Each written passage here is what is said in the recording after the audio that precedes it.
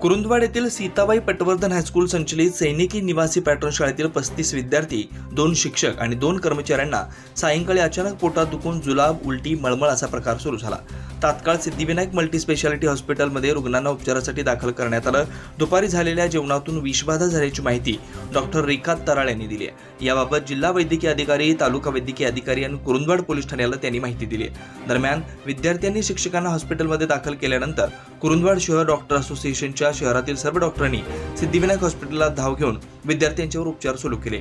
निवासी शाळेत झालेल्या विषबाधेमुळे शहरात खळबळ उडाली आहे। कुरुंदवाड येथील सैनिकी निवासी शाळेमध्ये रविवारी दुपारी विद्यार्थ्यांना देण्यात आलेल्या जेवणाबरोबर बासुंदी देण्यात आली होती। सायंकाळी 6 वाजण्याच्या सुमारास विद्यार्थ्यांना अचानक पोटात दुखून मळमळ, उलटी, जुलाब आणि डोकेदुखीचा त्रास सुरू झाला आणि अशक्तपणा येऊ लागल्याने 34 मुलांना असा त्रास सुरू झाला। त्याचबरोबर 2 शिक्षक आणि 2 कर्मचाऱ्यांनाही त्रास जाणवू लागल्याने त्यांना सिद्धिविनायक मल्टी स्पेशालिटी हॉस्पिटलमध्ये दाखल करण्यात आलं। मुलांची संख्या जास्त असल्याने डॉक्टर किरण अनुजे, डॉक्टर सारंग कोकाटे यांच्यासह नर्सिंग स्टाफची धावपळ सुरू झाली। बाधितांची संख्या जास्त असल्याने डॉक्टर अनुजे यांनी असोसिएशनचे अध्यक्ष डॉक्टर राजेश पट्टेकर यांना संपर्क साधून माहिती दिली।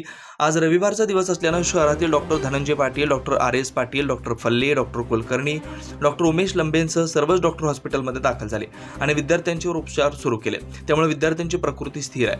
प्राथमिक आरोग्य केंद्राच्या डॉक्टर रेखा तराळ यांना माहिती मिळताच त्यांनी हॉस्पिटलमध्ये दाखल होऊन माहिती घेतली आणि जिल्हा वैद्यकीय अधिकारी आणि तालुका वैद्यकीय अधिकाऱ्यांना जेवणातून विषबाधा झाला असल्याची माहिती दिल्याचं त्यांनी सांगितलंय। या सैनिकी निवासी शाळेत मुंबई, पुणे, सातारा, सांगली, कोल्हापूर, रत्नागिरी, सोलापूर जिल्ह्यातील 34 विद्यार्थ्यांना विषबाधा झाली आहे। जिल्हा अन्न भेसळ अधिकाऱ्यांनीही रात्री उशिरा हॉस्पिटलमध्ये भेट देऊन माहिती घेतली। याबाबत चेअरमन प्राध्यापक शरदचंद्र पराडकर यांच्याकडे प्रतिक्रिया मागितल्यानं असता त्यांनी प्रतिक्रिया देणं टाळले। सैनिकी पॅटर्न निवासी शाळेतील 34 विद्यार्थी, 2 शिक्षक, 2 कर्मचाऱ्यांना दुपारी जेवणात बासुंदी खाल्ली होती। त्यातून हा विषबाधेचा प्रकार घडलाय। सिद्धिविनायक मल्टीस्पेशालिटी हॉस्पिटलमध्ये विद्यार्थी आणि कर्मचाऱ्यांच्यावर उपचार सुरू असून याबाबतची जिल्हा वैद्यकीय अधिकारी, तालुका वैद्यकीय अधिकाऱ्यांना माहिती देण्यात आली असल्याचं डॉक्टर रेखा तराळ यांनी सांगितलंय। सैनिकी पॅटर्न निवासी शाळेतील 34 विद्यार्थी, 2 शिक्षक आणि 2 कर्मचाऱ्यांना गॅस्ट्रो सदृश आजाराचा प्रादुर्भाव झाल्याचं दिसतं। दुपारच्या जेवणावेळी एकत्रित जेवण करत असताना शरीरात नवीन रोग निर्माण करणाऱ्या जीवांच्या संपर्कात आल्यामुळे रोगप्रतिकारक शक्ती कमी तयार होते आणि अन्नातून विषबाधा होण्याची शक्यता जास्त असते। असाच प्रकार असल्याचं डॉक्टर किरण अनुजे, डॉक्टर सारंग कोकाटे यांनी सांगितलंय। पॅटर्न स्कूल जे आहे त्या स्कूलमधील काही विद्यार्थ्यांना आज थोडासा गॅस्ट्रोएंटरायटिसचा प्रादुर्भाव झाला।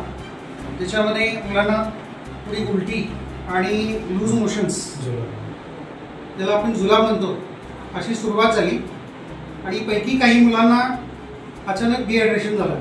अशी एक 30 ते 34 मुलं आमचं सिद्धिविनायक मल्टीस्पेशालिटी हॉस्पिटल आहे, तिथं त्यांना उपचार करण्यात येत आहेत। सगळ्या मुलांची प्रकृती स्थिर आहे आणि उपचाराला प्रतिसाद देत आहेत।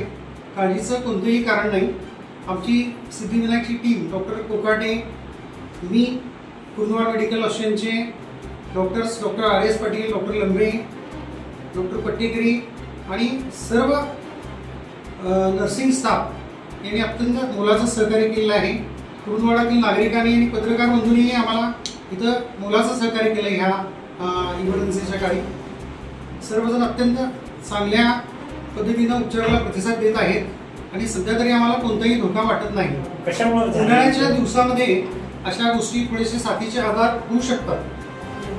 ह्या साथीच्या आजारामध्ये जसं आपण म्हणतो डायरिया असेल किंवा त्यासारखे काही आपल्या पोटाचे विकार असतील, असे होऊ शकतात। तर त्याचाच एक प्रकार हा असा वाटतो आम्हाला। फूड पॉयझन मुलांनी बासुंदी खाल्ल्याने झालं असं म्हणणं आहे मुलांचं। त्याचं कोरिलेशन करणं आता आम्हाला ह्या घडीला ते शक्य नाही आहे। फक्त आता जे मुलांना जो लक्षणं आढळले त्याचे आम्ही उपचार करतोय आणि त्याचं आपण स्टूल सॅम्पल घेतल्यानंतर आपल्याला कळेल बाबा काय तो कॉमन सोर्स काय हा प्रकार बघायला गेला तर विषबाधाच प्रकार आहे। विषबाधाच म्हणा असं जीवाणू किंवा विषाणूमुळे होतं। बऱ्याच वेळा स्वयंपाक बनवलेला असेल आणि ठेवला असेल तर जीवाणू विषाणूमुळेच वाढतात आणि त्या विषाणू किंवा जीवाणूमुळे पण असे प्रादुर्भाव होतो बऱ्याच।